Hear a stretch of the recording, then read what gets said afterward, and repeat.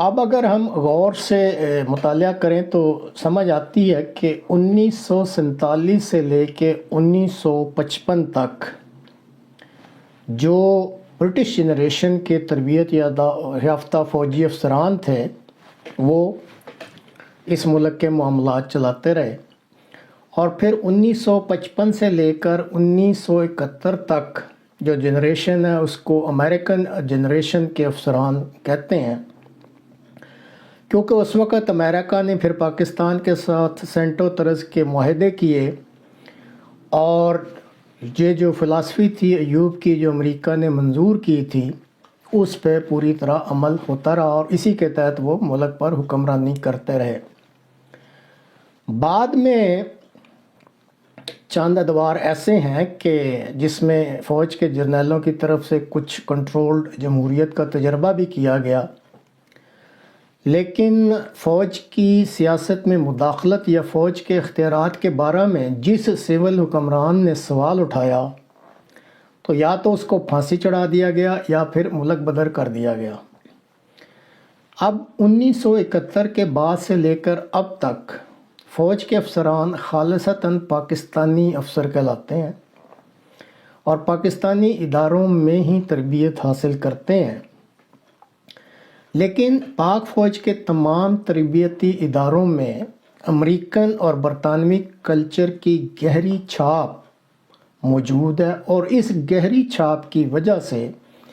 ان پاکستانی فوجی افسران کی ذہنیت، رہن سہن کا طریق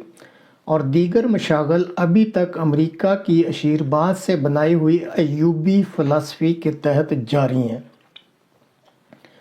اور یہی وجہ ہے کہ یحییٰ ضیاء مشرف سے لے کر باجوہ دور تک جو کہ ابھی کا دور ہے، فوج کو امریکی شے پر بنائی گئی ایوبی فلسفی کے تحت ہی چلایا جا رہا ہے۔ اور اس ایوبی فلسفی کے 4-5 جو پوائنٹ ہیں وہ پلیز اپنے ذہن میں ہمیشہ یاد رکھتے رہیں کہ یہ وہ فلسفی کیا تھی۔ تو ناظرین، اب اس چھوٹی سی وضاحت کے بعد آپ کو سمجھنے میں آسانی رہی کہ کیوں آزادی کے بعد یعنی فوراً بعد سے پاکستانی فوج کے افسران کی تربیت اور پیشہ ورانہ مہارت میں اہم کردار اسی ایوبی فلسفی کا ہے جس کو بیان کیا گیا آپ کے سامنے، اور یہ وہ فلسفی ہے کہ جس کی بنیادیں امریکہ نے رکھی تھیں اور ایوب خان نے اس کو پھر آگے امپلیمنٹ کیا۔ ایوب خان صاحب کے بعد بے شک فوج کے سپہ سالار تبدیل ہوتے رہے، لیکن بنیادی طور پر جو امریکہ کی طرف سے یہ شروع میں فلسفی دی گئی تھی اور ایوب خان کے ذریعے اس کو فوج میں امپلیمنٹ کیا گیا تھا، یہ اپنی جگہ موجود ہے۔ اب ایک اور پوائنٹ کی طرف آتے ہیں کہ 1947 میں ٹرومن ڈاکٹرن جس کا اوپر ذکر کیا تھا، اس کے تحت سب سے پہلے بھارت کے ساتھ رابطہ کیا گیا اور اسے کہا گیا کہ روس کے خلاف کیا بھارت امریکی اتحاد کی تجویز میں جو دی گئی اس میں شامل ہونا چاہتا ہے، لیکن بھارت نے اس تجویز کو مکمل طور پر رد کر دیا۔ پھر پاکستان میں چونکہ فوجی جرنیل جو ہے وہاں سے ہی ٹریننگ لی ہوئی تھی، انہوں نے ان سے بات کی گئی تو ان فوجی جرنیلوں نے امریکہ کے ایما پر اس اتحاد کی تجویز کو مان لیا کہ پاکستان امریکہ کے ساتھ اتحاد کرے گا اور روس کے خلاف یہ اتحاد ہوگا۔ جو ہی پاکستان کے جرنیلوں کی طرف سے یہ اوکے کیا گیا تو فوری طور پر $2 بلین کی جو ہے مدد پاکستان کو دی گئی، اور پھر 1954 تک امریکہ کی مدد سے پاکستان کی 5 سے 6 ڈویژن فوج بنا کر کھڑی کر دی گئی، اور بعد میں امریکہ نے پاکستانی فوج کے لیے اپنی امداد کو $30 بلین تک بڑھا دیا۔ اب اس بے انتہا امریکی امداد کی وجہ سے فوج کے افسران کا طرز زندگی بالکل بدل گیا، اور وہ اپنے آپ کو ایک بالکل علیحدہ مخلوق سمجھنے لگ گئے۔ ایک امریکہ کے ساتھ میوچل ایڈ پروگرام شروع کیا گیا، اور اس پروگرام کے تحت فوج کے افسران کی ایک بڑی تعداد کو تسلسل کے ساتھ امریکہ اور برطانوی اداروں میں تربیت کے لیے بھجوایا جاتا رہا، اور امریکہ تو وہ ابھی بھی جاتے ہیں۔ اور پھر پاک فوج کے افسران کے ذہنوں میں یہ بات راسخ کر دی گئی کہ پاکستان کی بقا کی ضمانت اس کی فوج ہے، اور فوج کی بقا کی ضمانت امریکہ ہے۔ اسی طرح ایک اور بھی جو پوائنٹ ہے وہ بھی آپ کو ذہن میں رکھنا پڑے گا کہ پاکستان کی یا پاک فوج میں مختلف علاقوں سے تعلق رکھنے والی جو افرادی قوت ہے، وہ بھی جو فوج کے اندر بنیادی تبدیلیاں کوئی لانا چاہتا ہے، اس سلسلے میں ایک بہت بڑی رکاوٹ ہے جو اس کی افرادی قوت ہے۔ وہ کیسے؟ پاک فوج میں آغاز سے ہی 90% افسران پنجاب اور سرحد کے علاقہ سے تعلق رکھنے والے تھے۔ یہ جب بعد میں صوبوں کے اختیارات کے لیے اس ملک میں 8ویں ترمیم پاس ہوئی، اس وقت تک جو فوج میں پنجاب کا جو حصہ تھا وہ 75% تھا، پشتون 20% تھے، سندھ 4.7% تھے، اور بلوچستان کا جو حصہ تھا وہ 0.3% تھا۔ اب اس آئینی ترمیم کے بعد فوج نے یہ وعدہ کیا کہ وہ فوج میں پنجاب کا حصہ 40 تا 50%، پشتون 20%، سندھ 17%، بلوچستان 4% اور آزاد کشمیر گلگت بلتستان کو 9% تک یہ جو افرادی قوت ہے اس کا تناسب لے جائے گی۔ اب تک اس پہ کتنا عمل ہوا اس بارے میں فوجی حکام نے کبھی کوئی مستند اعداد و شمار جاری نہیں کیے، تاہم ایک آدھ دفعہ یہ اعتراض ضرور سننے میں آیا کہ اس ترمیم کے بعد اگر صرف ڈومیسائل کی بنیاد پر مختلف جو ایتھنیسٹیز ہیں اس کا فوج میں تناسب جو ہے وہ اس حساب سے اندازہ لگانا ہے، تو یہ درست طریقہ نہیں ہے، کیونکہ ڈومیسائل جو ہے وہ آپ کو موجودہ جو آپ کی رہائش ہوتی ہے یا پیدائش ہے اس کی بنیاد پہ دے دیا جاتا ہے، لیکن اس سے ایگزیکٹلی آپ کی ایتھنیسٹی کہ آپ اوریجنل بلتستانی ہیں، کشمیری ہیں، بلوچی ہیں یا سندھی ہیں، اس سے پتہ لگانا مشکل ہو جاتا ہے۔ اب فوج میں ایک صوبہ کی اتنی بڑی تعداد نے بھی فوجی جرنیلوں کو سیاسی معاملات میں مداخلت پر بہت بڑی شے دے رکھی ہے، کیونکہ ایک ہی صوبہ کے علاقہ سے تعلق رکھنے والے جو افسران ہیں ان میں ایک قسم کا گٹھ جوڑ ہو جاتا ہے، اور پھر وہ ہر ایسے قدم کی مخالفت میں یکجا ہو جاتے ہیں جو آئندہ ان کے مفادات کو کسی قسم کا نقصان پہنچانے والا ہو۔ اب بھٹو دور میں فوجی افسران سے یہ آرڈرلی یا بیٹ مین ایک سہولت ہوتی ہے، ہر افسر کو ایک آرڈرلی یا بیٹ مین دیا جاتا ہے، تو اس کو واپس لینے کی تجویز بھٹو صاحب نے دی۔ تو اس تجویز پر بھٹو صاحب جیسے زیرک اور ذہین سیاسی لیڈر کو اس فوج نے دن میں تارے دکھا دیے، اور ان کو پھر بعد میں معذرت پیش کر کے اس تجویز کو واپس لینا پڑا۔ اب جو بلوچی ہیں جو وہاں کی آواز ہے ان کے مطابق وہ پاکستانی فوج کو پنجابی فوج کہتے ہیں، اور کہتے ہیں کہ یہ ذاتی مفادات کے لیے کرائی کے فوجیوں کی طرز کی ایک فوج ہے جو باقیوں پر ظلم کرتے ہیں اور اپنے فائدہ کے لیے کسی بھی حد کو کراس کر سکتے ہیں یا پار چلے جاتے ہیں۔ تو ناظرین، اس وضاحت کے بعد بھی آپ کو سمجھ آ گئی ہوگی کہ جب فوج میں ایک ایتھنیسٹی کی بھاری اکثریت آ جائے تو پھر ایسی فوج کو قابو میں رکھنا کتنا مشکل ہو جاتا ہے۔ برطانوی سامراج نے اپنے مفادات کے لیے فوج میں ملازمت کرنے والوں کے لیے کچھ دلکش مراعات اور انعامات رکھے ہوئے تھے، جیسے دوران ملازمت عالی شان رہائشی گھر، گھریلو خدمت کے لیے ملازمین، ریٹائرمنٹ پر زمین اور گھر وغیرہ کی الاٹمنٹ وغیرہ وغیرہ۔ اب برطانیہ والے خود تو چلے گئے لیکن اس سلسلہ کو پاک فوج جو ہے وہ ابھی تک جاری رکھے ہوئے ہے۔ اونچی سطح پر پہنچ جانے والے جو افسران ہیں وہ ان انعامات کو کھو دینے کے حق میں قطعاً نہیں ہے، اس لیے وہ زیادتی ہوتی دیکھ بھی رہے ہوں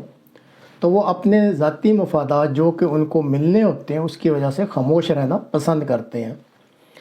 اب اونچے عہدوں کے فوجی افسران جو ہیں وہ ڈیفنس، ہاؤسنگ سوسائٹیز اور دیگر جگہوں پر زمینوں کی الاٹمنٹ کے لیے ہر وقت بے چین رہتے ہیں۔ اب میجر عادل راجہ کا جو حالیہ انکشاف ہے، اگر وہ درست ہے تو اس کے مطابق حال ہی میں جو ریٹائر ہونے والے چیف ہیں انہوں نے آرمی ہاؤس سے ملحق ایک قیمتی جگہ کو آئندہ ریٹائر ہونے والے 3-4 چیفوں کے لیے پہلے ہی ریزرو کرا دیا ہے۔ اب آپ بتائیں کہ جب یہ سہولت مل رہی ہو تو اب جو نیا آنے والا چیف ہے وہ بھلا اس فوج کی جاری فلسفی میں تبدیلی کیوں لائے گا؟ اسی طرح فوج میں ملازمت کے دوران ہر سماجی معاشرتی معاملہ میں ترجیحی سلوک،